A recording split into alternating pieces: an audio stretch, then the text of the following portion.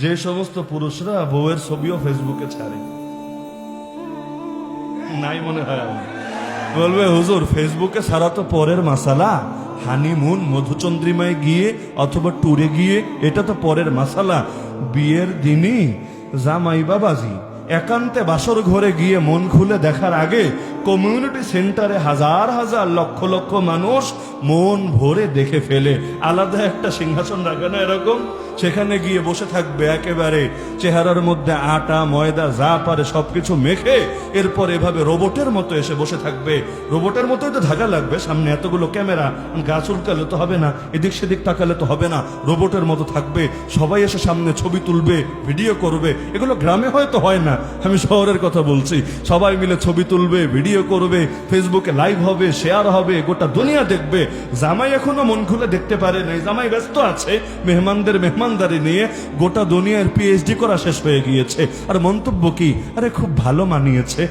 ভালো মানিয়েছে না মন্দ মানিয়েছে তুই বুঝলি কেমনে রে? তার মানে দুইজন নিয়ে পর্যাপ্ত রিসার্চ আর গবেষণা শেষ হয়েছে। ছেলেটার মধ্যে এই এই আছে, মেয়েটার মধ্যে এই এই আছে। এখন 100% মিলেছে, 90% মিলেছে। তাহলে কি পরিমাণ রিসার্চ করলে, কি পরিমাণ স্টাডি করলে পারফেক্ট হয়েছে না গাইরে পারফেক্ট হয়েছে এই মন্তব্য করতে পারে। তো এখন ওর ভেতরে যে আত্মমর্যাদা থাকে এটা কিভাবে সয়ে নিতে পারে?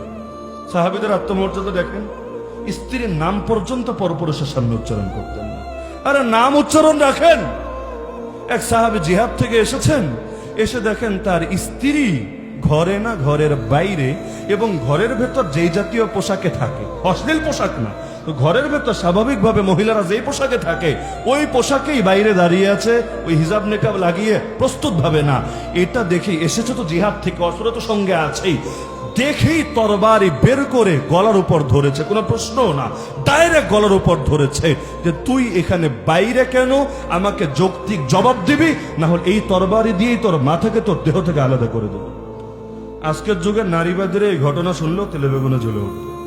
ওই ফেমিনিস্ট লাগবে না, ওই তথাকথিত মুসলিম ফেমিনিস্টটা জানলেও তেলে বেগুনে জ্বলে উঠবে। এত বড় সাহস, নারীর শানে বেয়াদবি। হুজুর যদি পর্দা নিয়ে বয়ান করে, এগুলো নিয়ে টিভিতে রিপোর্ট হয় হুজুররা নারী বিরোধী। কেন? নারী কি পরবে, নারী কিভাবে চলবে, এগুলো হুজুররা ঠিক করে দিচ্ছে ওয়াজ মাহফিল থেকে। আবার এটা শিরোনাম দেয় ওয়াজ মাহফিলে নারী বিদ্বেষের চর্চা হচ্ছে। বাহ, কে আজিব তামাশা। অথচ গোটা বাংলাদেশ বলে হুজুররাই নাকি নারীদের হক বেশি রক্ষা করে। এলাকায় এলাকাও শুনবেন যে হুজুররা বেশি বউ ভক্ত। অনেকে বলে আর কি যে হুজুররা বেশি বউ ভক্ত। এর একটা যৌক্তিক কারণ আমার কাছে আছে, মানে যৌক্তিক ব্যাখ্যা। কি যৌক্তিক ব্যাখ্যা? যে যারা সারা জীবন আকাম কুকাম করে স্বাদ আগেই আস্বাদন করে ফেলেছে, তাদের কাছে বিয়ে করা না করা খুব একটা পার্থক্য না। কারণ বিয়ে করার পর যা করবে এগুলো আগেই তার পিএইচডি করা আছে। আর যদি আসলেই কেউ তাকওয়াবান হয়, হুজুর হওয়া জরুরি না, আসলেই যদি তাকওয়াবান হয়, তার কাছে এতটা বছর সে কষ্ট করেছে, সবর করেছে, এরপর আল্লাহ তাআলা তাকে তার চরিত্র রক্ষা করার জন্য একটা নিয়ামত দিয়েছে, তার কাছে তার স্ত্রীকে জামানা লায়লা মনে হবে, তার চেহারা যেমন হোক, কিন্তু তার মধ্যেই সে জান্নাতের হুর খুঁজে পাওয়ার চেষ্টা করবে। তো স্বাভাবিকভাবে তখন তার দিলের হালত যেমন হবে, অন্যদের দিলের হালত কখনোই তেমন হবে না। তো সাহাবী এটা দেখে যে বাঙালি তোমার রাসেল ভাইপারে এত ভয় পাও না, ওর আর কি বিষ, ওর চাইতে বেশি বিষ তো আমাদের আছে। আমাদের যখন সহ্য করতে পেরেছো, এটা সহ্য করতে সমস্যা হবে না। তো যেটা বলছিলাম, ঢুকে দেখেন বিশাল এক সাপ, হাতে তো তরবারি আছেই, ব্যাস তরবারি দিয়ে এক কোপ মারলেন সাপের গায়ে। বর্ণনাকারী বলেন যে সঙ্গে সঙ্গে ছাপটাও ঘুরে ছোবল দিয়ে দিল তার গায়ে। তিনিও কোপ দিলেন, সাপও ছোবল দিল। এরপর তিনি বলেন সাপও যন্ত্রণায় লাফাতে শুরু করলো, তিনিও যন্ত্রণায় লাফাতে শুরু করলেন। বর্ণনাকারী বলেন আমরা বুঝতে পারলাম না যে সেই সাহাবী আগে মারা গেলেন না সাপটা আগে মারা গেল। পরবর্তীতে জানা গেল আসলে সেটা সাপ না, সেটা জিন ছিল। তো এই যে সাহাবী জান দিলেন, এই যে সাহাবী জান দিলেন কেন? তার স্ত্রী খালি ঘরের বাইরে গিয়ে দাঁড়িয়েছে, শপিং এ যায় নাই, বয়ফ্রেন্ড, জাস্ট ফ্রেন্ড, বেস্ট ফ্রেন্ডের সঙ্গে ডেটিং চ্যাটিং এ যায় নাই, খালি এতটুকু করেছে যে স্ত্রী ঘরের বাইরে এসেছে, এতেই তরবারি বের করেছেন কল্লা উড়িয়ে দিবেন বলে। এখন আমারে বলতে পারেন হুজুর এটা সাহাবীর বুজুর্গি, নবী এত কঠোর না। তাহলে নবীর ডে শোনেন, দুইটা ঘটনা শুনলেই বুঝবেন। একটা সবাই জানেন, এক অন্ধ সাহাবী এসে ঢুকেছিলেন ঘরে। আল্লাহ নবী তার স্ত্রীকে বলেন, জলদি ভেতরে যাও, জলদি। স্ত্রীও ছিল, সঙ্গে তার খাদেমাও ছিল। তারাও অবাক, বললো, ইয়া রাসূলুল্লাহ, এই বেটা অন্ধ না? আব্দুল্লাহ বিন উম্মে মাকতুম তো চোখে দেখে না, থাকলে কি সমস্যা? সে তো আমাদের দেখবে না। আল্লাহ নবী ধমক দিয়ে বললেন, আফা আমিয়া ওয়ানি আনতুমা আলাস্তুমা তুবসিরানিহি, আরে সে অন্ধ বুঝলাম, তোরা কি অন্ধ নাকি? তোরা কি তাকে দেখতে পাচ্ছিস না? তো নবীর স্ত্রী আর এক পরপুরুষকে দেখবে, এটা কিছুতেই মেনে নেওয়া যেতে পারে না। আপনাদের যাদের ঘরে টিভি শরীফ আছে, টেলিভিশন আছে না একটা, এখন তো আবার ঈদের টাইমে তো আবার ধর্ম ব্যবসা চলে। ধর্ম ব্যবসা মানে এই ঈদের আবেগকে পুঁজি করে নাটক সিনেমা দেখাতে থাকে বহুদিন পর্যন্ত। তো ঈদ তো ধর্মীয় বিষয়, ধর্মীয় বিষয়কে কেন্দ্র করে এই যে অধর্মের চাষ হয়, একটাবার চিন্তা করেন, যেই বেড়া বাসার মধ্যে একটা শয়তানের বাক্স কিনে দিয়েছেন, আপনার বেডি যখন বাসায় বইসা আর এক বেড়ারে মনোযোগ দিয়ে দেহে, আপনার ভেতরে যদি কষ্ট না লাগে, আপনি খাঁটি মুসলমান কিনা ওই প্রশ্ন পরে, খাঁটি পুরুষ কিনা এটা নিয়ে সন্দেহ আছে।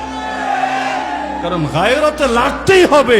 আপনার স্ত্রী আরেকজন হ্যান্ডসাম, আরেকজন সিক্স প্যাক, আরেকজন বডি বিল্ডার, আরেকজন হিরোকে দেখে বলবে, হায় রে, কি একটা পটকারে বিয়ে করলাম।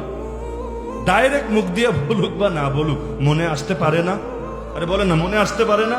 মানুষ না, ফেরেশতা তো আর না, যেহেতু মানুষ, মনে তো আসতেই পারে, কি জামাই বিয়া করলাম। আমার জামাই তেমন হ্যান্ডসাম না, এত টাকাওয়ালা না, এত এইওয়ালা না। আর নারীদের অন্তর কিন্তু সহজেই প্রভাবিত হয়। দেখবেন নারীরা বেড়াতে নিয়ে গিয়েছেন এক বাসায়, ওখানে যা যা দেখেছে, অনেক সময় ঘরে এসে শুরু করে দিয়েছে, আমারে এইটা কিনা দিবা না, ওইটা কিনা দিবা না, ওইটা ভাবির বাসায় দেখে এসেছি, অনেক পছন্দ হয়েছে। এই নারীরা ওয়াজ শুনলে তো খেপে যাবে আজকে আমার উপর। খেপলেও কিছু করার নাই, নিজের রোগ চিহ্নিত না হলে ওষুধ তো আসবে না। নারীরা খেপলে একটু ঝামেলা আর কি, বলবে একটু আগে হুজুররা খাওয়াইলাম মাত্র বাসায়, এখন যদি আমাদের খানা খেয়ে আমাদের এলাকায় আমাদের বিরুদ্ধে বয়ান দেয়, এই হুজুরে আর নাসিরনগর ঢুকতে দেওয়া যাবে না, কেমন আশঙ্কা আছে নাকি? যেটা বলছি, যে ঘরের মধ্যে তো শয়তানের বাক্স রাখেন, আপনার নারী যে অন্য পুরুষকে দেখে, আপনার গায়রাতে লাগা উচিত। একইভাবে আপনি যখন এই টিভিতে বসে আর এক বেডিরে দেখেন, একেবারে শর্ট কাপড় পরা বেডি এগো নাচ উপভোগ করেন, আপনার স্ত্রীর কলিজে আঘাত লাগা উচিত। যদি না লাগে, তাহলে এতে তার ধর্ম শুধু না, তার নারীত্ব নিয়েও প্রশ্ন হলো স্বাভাবিক। তো আল্লাহ রসুলের এই গেল এক ঘটনা। দ্বিতীয় ঘটনা হলো, একদিন ঘোড়ার গাড়িতে করে যাচ্ছেন। ওই জামানায় তো আর আপডেট গাড়ি ছিল না, ওই জামানার গাড়ি, ঘোড়ার গাড়িতে করে যাচ্ছেন। তো যেই সাহাবী গাড়ি চালিয়ে নিয়ে যাচ্ছেন, তার নাম আনজাসা। কি নাম? আনজাসা রাদিয়াল্লাহু তাআলা আনহু। তো তিনি কণ্ঠ ছেড়ে গুনগুন করে গজল গাচ্ছিলেন। দেখবেন যখন একা একা পরিশ্রমের কাজ করেন, গলা দিয়ে কিছু গাইতে থাকলে কাজ করাটা সহজ হয়। মাঝিরা দেখবেন ওই গলা ছেড়ে, কণ্ঠস্বর থাকুক বা না থাকুক, গলা ছেড়ে গাইতে গাইতে চালায়, এতে একটা ভাব আসে, একটা তালে তালে কাজটা হয়ে যায় আর কি। তো তিনি তো একা একা গাড়ি চালাচ্ছেন, গাড়ির পেছনে আল্লাহ রসুল বসা, আল্লাহ রসুলের পবিত্র স্ত্রী মুমিনদের মা তারাও বসা, কিন্তু গাড়িটা একা একা চালাচ্ছেন, তিনিও কণ্ঠ ছেড়ে হালকা হালকা করে একটু গজল গাচ্ছেন। আল্লাহর নবী সাল্লাল্লাহু আলাইহি ওয়াসাল্লাম পেছন থেকে ধমক দিয়ে বললেন, রুয়াইদাকা ইয়া আনজাসা রিফকাম বিল কাওয়ারির লা তাকসিরিল কাওয়ারির। হে আনজাসা, চুপ করো, তুমি কাচের প্রতি নম্রতা প্রদর্শন করো, কাচ ভেঙে ফেলো না। বলবেন কাচ আবার আসলো কোথায়? কাচের গ্লাস না কাচের বাটি না কাচের কি? আরে কাচ আসে নাই। আল্লাহ নবী নারীর অন্তরকে তুলনা দিয়েছেন কাচের সাথে। কাচ ভাঙা সহজ না লোহা ভাঙা সহজ? অবশ্যই কাচ ভাঙা সহজ, কাজ সহজেই ভেঙে যায়।